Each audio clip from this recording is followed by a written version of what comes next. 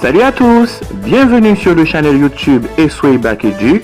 Sur ce channel, vous trouverez des vidéos avec des explications et des techniques sur des exercices de chimie pour le baccalauréat haïtien et le baccalauréat français.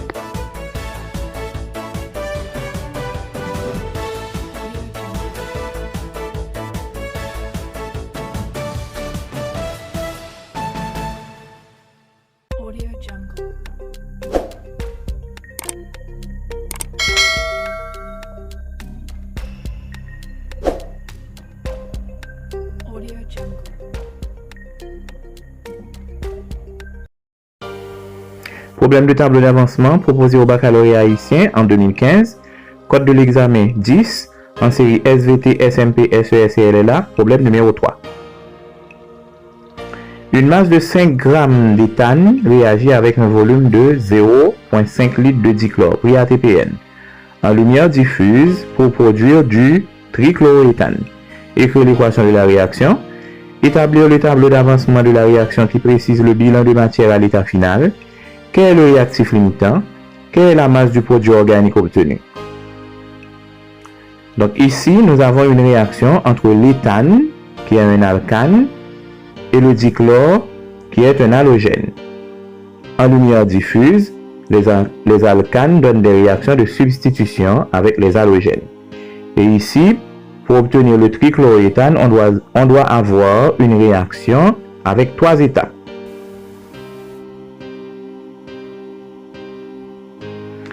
Un rappel, le tableau d'avancement comporte généralement 4 lignes. La première ligne pour l'équation équilibrée, la deuxième ligne pour l'état initial en début de réaction, la troisième ligne pour l'état intermédiaire en cours de réaction et la quatrième ligne pour l'état final en fin de réaction.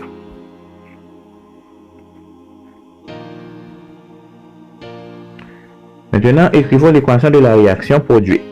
Donc, comme je vous ai dit, c'est une réaction de substitution. Regardez, l'éthane de formule C2H6, vous allez voir que les atomes d'hydrogène vont diminuer de la gauche vers la droite.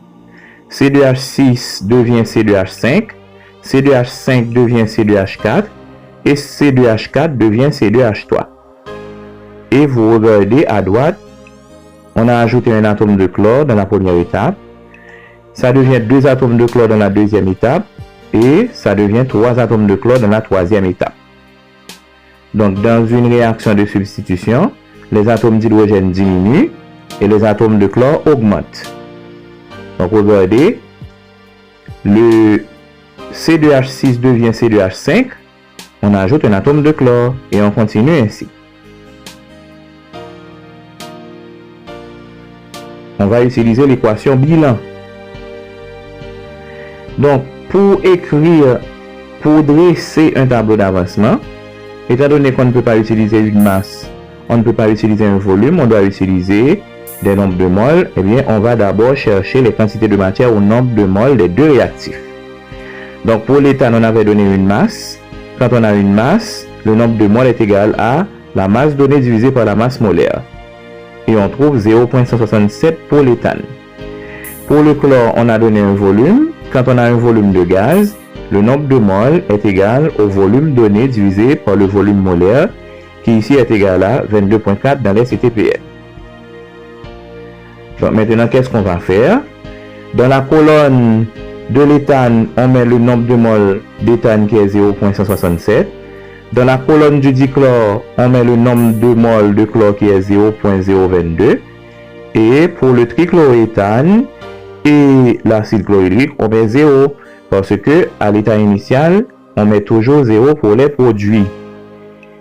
Le trichloroéthane et l'acide chlorhydrique étant des produits à l'état initial, la valeur c'est 0 pour les produits. Rappel, à l'état initial, les produits sont toujours égaux à 0. Maintenant pour l'état intermédiaire, on prend la valeur initiale de l'éthane moins X, parce que le coefficient de l'éthane c'est 1. On prend la valeur initiale du dichlore moins 3x, parce que le coefficient du dichlore c'est 3. Et pour les produits, on prend le coefficient directement accompagné de x. Par exemple, pour le trichloroéthane, le coefficient c'est 1, on met x. Pour l'acide chlorhydrique, le coefficient c'est 3, on met 3x. Donc, n'oubliez pas que pour les réactifs, il y a toujours une soustraction dans l'état intermédiaire. La soustraction se fait avec la valeur initiale moins le coefficient du réactif accompagné de X.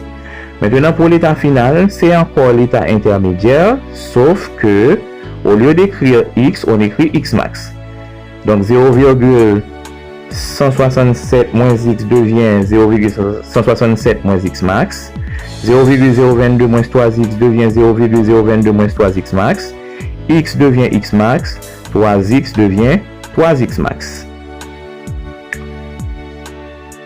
Maintenant, pour déterminer l'état final, ça veut dire qu'il faut remplacer X max. Mais avant, il faut d'abord déterminer X max. Il y a toujours deux hypothèses. Et quelles sont les deux hypothèses? Il faut toujours poser les deux binômes des deux réactifs égales à 0. Donc, on va poser le binôme de l'éthane qui est 0,167 moins X égale à 0. Et on va poser le binôme du dichlore qui est 0,022 moins 3X égale à 0. Pour l'état final, il faut toujours poser les deux binômes des réactifs égales à 0. Et on y va. Pour l'éthane, 0,167 moins X égale à 0. En fin de compte, on a X égale à 0,167. Pour le chlore, 0,022 moins 3X égale à 0. En fin de compte, on a X égale à 0,007. Maintenant, il faut prendre la plus petite valeur. Et ici, la plus petite valeur, c'est pour le chlore.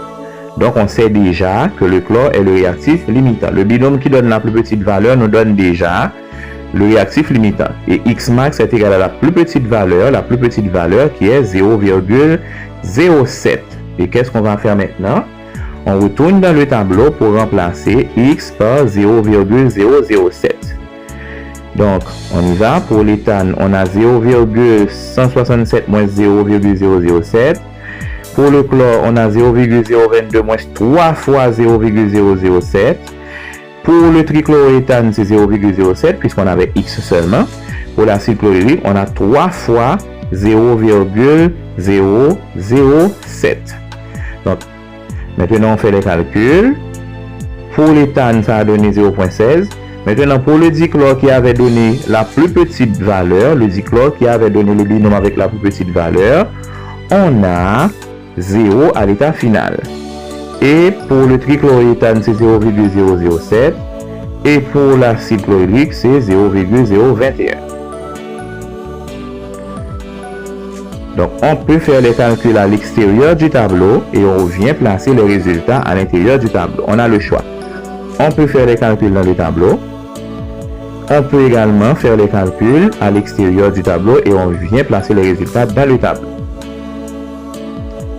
Maintenant, autre question. Quel est le réactif limitant? On savait déjà que le dichlore était le réactif limitant parce que son binôme avait donné la plus petite valeur. Mais dans le tableau, le nombre de moles de dichlore à l'état final, c'est 0.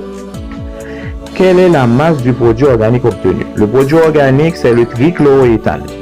Pour déterminer une masse à partir d'un tableau d'avancement, on pose M égale à nombre de moles du corps dans le tableau multiplié par sa masse molaire. Et on a remplacé le nombre de moles qui est 0,07 et la masse molaire qu'on a calculée qui est 133,5 et on a trouvé 0,93 grammes de trichloroéthane.